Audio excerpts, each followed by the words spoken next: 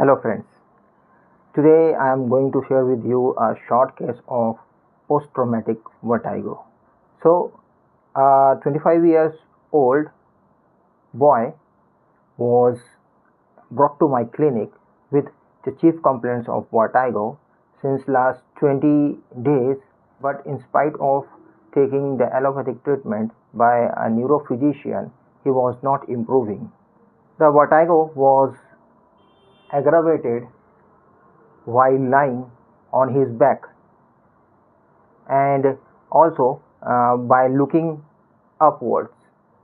There was ambulation from lying on sides and sitting up on the bed. Our patient is a kabaddi player. While playing a tournament of kabaddi, one of the opponent player kicked him on his left face and forehead. The kick was so powerful that his one left frontal teeth, upper teeth, broke into half. And the patient describes the kick as kick इतना powerful था ना कि मेरा तो सिर हिल गया, मैं तो बैठ गया. जिस दिन ये इसको चोट लगी उसके नेक्स्ट डे उसको कुछ नहीं हुआ. उसके एक दिन बाद में जब वो सुबह उठा उसको बहुत ज़ोर से चक्कर आने लगा. वो बिना सपोर्ट के चल नहीं पा रहा था. उसको जो है वो दीवार पकड़ पकड़ के चल के टॉयलेट तक के गया, है ना. जब भी वो लेटने की कोशिश करता था तो उसको चक्कर बढ़ जाता था, ऊपर देखता था तो चक्कर बढ़ जाता था. इस कंप्लेंट के लिए फिर इसके घर वाले उसको एक न्यूरो फिजिशियन के पास लेके गए. तो न्यूरो फिजिशियन ने उनको एमआरआई करवाई ब्रेन की. तो वो एमआरआई की रिपोर्ट नॉर्मल निकली. उन्होंने फिर उसको मेडिसिन दी. मेडिसिन देने के बाद में चलने के टाइम में जो स्टैगरिंग हो रही थी, जो चक्कर आ रहा था, उसमें तो इम्प्रूवमेंट आ गया, पर बैक में लेटने से जो चक्कर आ रहा था उसमें कोई इम्प्रूवमेंट नहीं आया. कई मेंबर्स मेरे पेशेंट हैं, उसकी मदर, उसके फादर, उसके बड़े भैया. तो उसके घर वालों ने, उनको मेरे ऊपर फेथ है, तो उन्होंने रिक्वेस्ट की कि सर प्लीज़ आप भी कोई मेडिसिन दे दीजिए, क्योंकि चक्कर जो है, इसका जो लेटने में चक्कर आ रहा है ना, वो कम नहीं हो रहा है. वो रात को लेट ही नहीं पा रहा है, इसलिए इसकी वजह से वो सो नहीं पा रहा है. इस केस में मैंने ज़्यादा पूछताछ नहीं की पेशेंट से. मैंने कुछ रूब्रिक्स को रिपोर्टराइज किया, जैसे vertigo injury to head after and vertigo lying aggravation back on and vertigo looking upwards. तो इसको अगर अपन रिपोर्टराइज करते हैं तो एक ही मेडिसिन आती है, पेट्रोलियम. मेरे दिमाग में सिर्फ एक, मेरी जो हेड इंजरी की वजह से वर्टाइगो अगर हो तो एक ही मेडिसिन आती है, वो है नेट्रम सल्फ. रिपर्टरी में अगर आप देखते हैं vertigo injury to the head after, इसमें नेट्रम सल्फ मेडिसिन है. मैंने हॉट थर्मल्स का था कि इंजरी उसको लेफ़्ट साइड के हेड में लगी थी. तो मैंने उसको पूछ लिया कि आपको कोई टेंशन है फैमिली का, या कुछ हुआ है क्या, किसी से कुछ बुरा लगा हो, हर्ट हुआ हो. तो पेशेंट ने बोला नहीं सर, मुझे कोई टेंशन नहीं है. मैं हंसी मजाक करने वाला, खुश रहने वाला व्यक्ति हूँ. मेरे बहुत सारे फ्रेंड्स हैं. फ्रेंड्स के साथ में घूमना, खाना, मस्ती करना, ये ही मेरी लाइफ है. मैंने पहले से सोचा था कि नेट्रम सल्फ देना है, और पेशेंट का कॉन्स्टिट्यूशन भी उससे मैच हो रहा था. एक्सट्रोवर्टेड पेशेंट, हॉट पेशेंट, और the history of head injury and vertigo due to head injury. ये सोच के मैंने उसको नेट्रम सल्फ 200 प्रिस्क्राइब की. उसके बाद पेशेंट मेरे पास फॉलोअप में आया. फॉलोअप में मैंने देखा there was no improvement in vertigo, वो एज इट इज़ था. तो फिर मैंने सोचा यार कि चलो, लास्ट टाइम नेट्रम सल्फ से इम्प्रूवमेंट नहीं आया, तो मेरी जो रिपर्टोरियल टोटलिटी बेसिस पे जो पेट्रोलियम आ रही थी, चलो उसको प्रिस्क्राइब कर देते हैं. तो इस बार भी मैंने उसको सीरियसली पूछा नहीं, मैंने पेट्रोलियम 200 का एक डोज दे दिया. क्योंकि 1 वीक के बाद में फिर पेशेंट मेरे पास आया, और फिर मैंने देखा कि यहाँ उसके पेट्रोलियम से भी इम्प्रूवमेंट नहीं है. तो इस बार मुझे समझ में आ गया कि यार ऐसे काम नहीं चलेगा. मुझे इस केस की थोड़ी अच्छी स्टडी करनी पड़ेगी, उसके बाद में ही मैं सॉल्व कर पाऊँगा. So I decided to take the case seriously. फिर मैंने पेशेंट से थोड़ा और पूछा, मुझे थोड़ा सा और विस्तार से बताओ अपनी प्रॉब्लम्स। तो उसने बोला कि नहीं सर, बस मेरे को तो कोई चक्कर के अलावा और कोई प्रॉब्लम नहीं है, मेरी हर चीज़ ठीक है। हाँ, एक चीज़ और मैं मार्क कर रहा हूँ कि जब से मुझे चक्कर आना शुरू हुआ है ना, मुझे मेरा एक गिरने का डर नहीं जा रहा है। जब भी मैं सीढ़ी से उतर रहा होता हूँ ना, तो मुझे डर लगता है कि कहीं मुझे चक्कर ना आ जाए, मैं गिर ना जाऊँ। अगर मैं बालकनी से नीचे देखूँ तो मुझे डर लगता है मैं गिर ना जाऊँ। तो ये मेरा डर नहीं जा रहा है, डिजीज़ हमेशा माइंड से शुरू होता है। तो कोई ना कोई मेंटल कॉन्फ्लिक्ट ज़रूर रहा होगा जिसकी वजह से उसको ये वर्टाइगो स्टार्ट हुआ। अगर हम मेंटल कॉन्फ्लिक्ट देखें, साइकोलॉजी ऑफ द पैथोलॉजी, तो वर्टाइगो का कारण क्या होता है? वर्टाइगो मतलब vertigo is concern with nervous system. Nervous system में अगर कोई प्रॉब्लम आ रही है तो उसके पीछे मेंटल कॉन्फ्लिक्ट रहता है, लॉस ऑफ कंट्रोल। जब किसी व्यक्ति को लगता है कि मेरे हाथ से कंट्रोल जा रहा है, किसी सिचुएशन का कंट्रोल या किसी व्यक्ति के ऊपर कंट्रोल, किसी भी तरह का अगर कंट्रोल उसके हाथ से निकल रहा होता है, तो नर्वस सिस्टम की प्रॉब्लम आती है, स्टैगरिंग होती है, वर्टाइगो आता है। तो मैंने पेशेंट को पूछा, डायरेक्ट क्वेश्चन किया कि ये बताओ, जिस समय मैच खेल रहे थे लगा कि मैं मैच हार जाऊंगा, मेरे हाथ से मैच निकल रहा है या मैं अच्छा परफॉर्म नहीं कर रहा हूँ। पेशेंट ने मुझे बताया कि उस दिन कबड्डी का फाइनल मैच था। हमारी टीम और हमारी अपोनेंट टीम दोनों हमारे एरिया के सबसे अच्छी टीम है, सबसे स्ट्रॉन्ग टीम। जब मैच स्टार्ट हुआ तो हमने शुरुआत में अच्छा परफॉर्म किया, पर धीरे धीरे जब मुझे लगा कि वो लोग बहुत अच्छा परफॉर्म करने लगे, मुझे अपने आप में लगने लगा कि हम लोग उसके सामने कमज़ोर पड़ रहे हैं। और उसके बाद में मुझे कबड्डी खेलते समय अपोनेंट टीम के प्लेयर का किक लगा।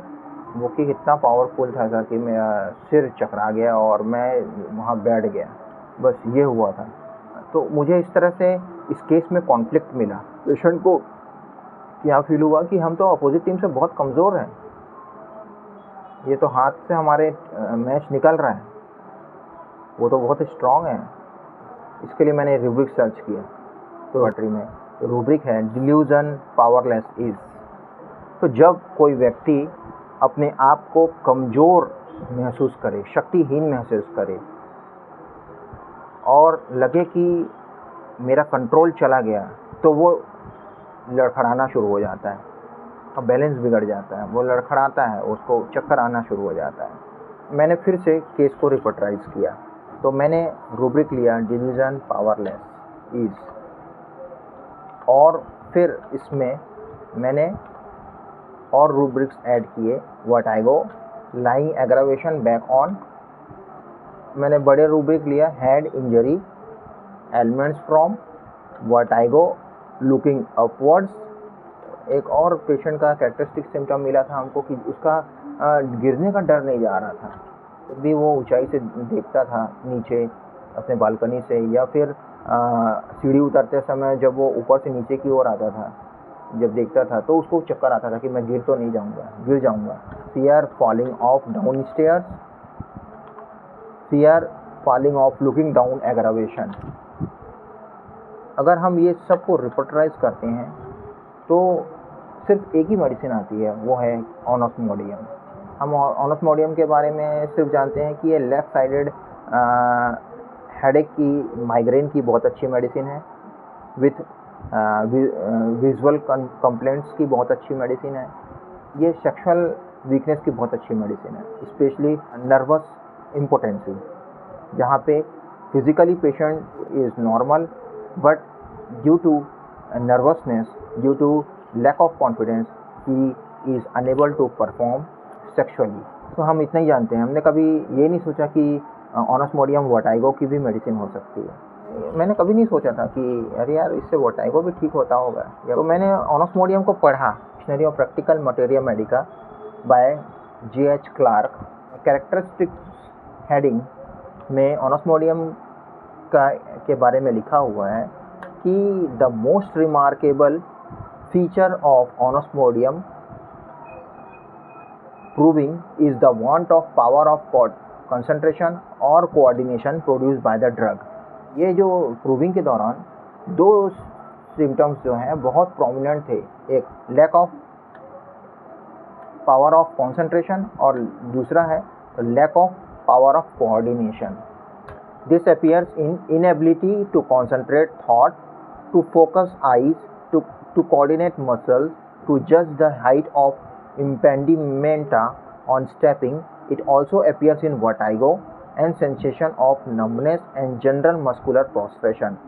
ऑनोस्मोडियम का मेन जो पैथोजेनेसिस है वो है कि ये कॉन्सेंट्रेशन को डिस्टर्ब करता है और कोऑर्डिनेशन ऑफ मसल को डिस्टर्ब करता है। इसकी वजह से वर्टाइगो वाले सिम्टम्स आते हैं। नेक्स्ट है कि पेशेंट जो का कॉन्सेंट्रेशन डिस्टर्ब हो जाता है, जिसकी वजह से वो सोच नहीं पाता है, समझ नहीं पाता है ना, फोकस नहीं कर पाता है। नेक्स्ट है कि it affects the left side of the body more than right side. Patient को भी लेफ्ट साइड में ही इंजरी हुई थी। प्रूविंग सिम्टम नंबर 7 में आगे डॉक्टर क्लार्क लिखते हैं कि on attempting to get up she staggered and fell. 5 days later Green saw her and found inability to walk or even stand without help, constant tinnitus, loss of memory। तो ये symptom हमारा जो patient है उसको injury के एक दिन बाद में उसको भी यही सिम्टम्स आए थे कि वो जब सो के उठा तो वो अच्छे से चल नहीं पा रहा था, स्टैगरिंग कर रहा था और ठीक है बिना सपोर्ट के चल नहीं पा रहा था। आगे अगर अपन पढ़ते हैं पैराग्राफ में आगे लिखा हुआ है fear of falling on going up और डाउन स्टेयर। ये भी हमको हमारे पेशेंट से मैच हो रहा था। अगर आप माइंड पढ़ते हैं, माइंड में क्या लिखा हुआ, feeling as if something terrible was going to happen and that she was powerless to help it. ये हमारा पेशेंट भी अपने आप में पावरलेस फील कर रहा था। अपोनेंट टीम की बहुत अच्छा परफॉर्म कर रही थी, तो लगा यार वो तो हमसे बहुत स्ट्रांग है, हम तो उनके सामने एकदम कमज़ोर हैं। Fear to look down lest she might fall down stair. Patient ने बताया कि ऊपर से देखने में जब भी मैं नीचे उतर रहा हूँ, नीचे उतरते समय ऊपर से मैं जब देखता हूँ तो मुझे डर लगता है कि मैं गिर ना जाऊँ। सेम ये चीज़ यहाँ पे लिखी हुई है।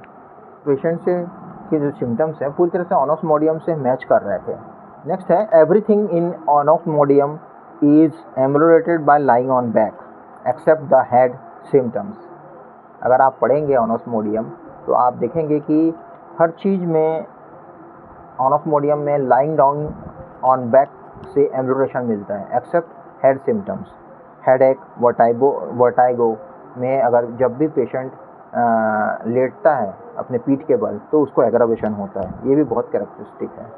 सो हमारे सारे सिम्टम्स मैच हो रहे थे, specially the false perception of the patient और delusion of the patient, that delusion he is powerless. इस बेसिस पे मैंने ऑनोस्मोडियम 200 का सिंगल डोज दिया। 1 वीक के बाद जब पेशेंट आया तो उसके में बहुत बढ़िया इम्प्रूवमेंट था। उसका वर्टाइगो जो है ऑलमोस्ट 60-70% कम हो गया था। अब वो अच्छे से लेट पा रहा था, लेटने से भी उसको चक्कर आना बंद मतलब कम हो गया और उसकी स्लीप इम्प्रूव हुई और धीरे धीरे करके 2-3 वीक्स में पेशेंट पूरी तरह से ठीक हो गया, उसकी वर्टाइगो पूरी तरह से ठीक हो गई। तो ये केस था। तो इस केस से हमने क्या सीखा? Today's learning from this case, first take the case well, don't get prejudiced like me. Point number 2 is always try to find out the mental conflict related to the presenting complaint or the pathology of the case. Convert the false perception of the patient and find out the right rubric. You will definitely win the match against the disease. Thank you very much.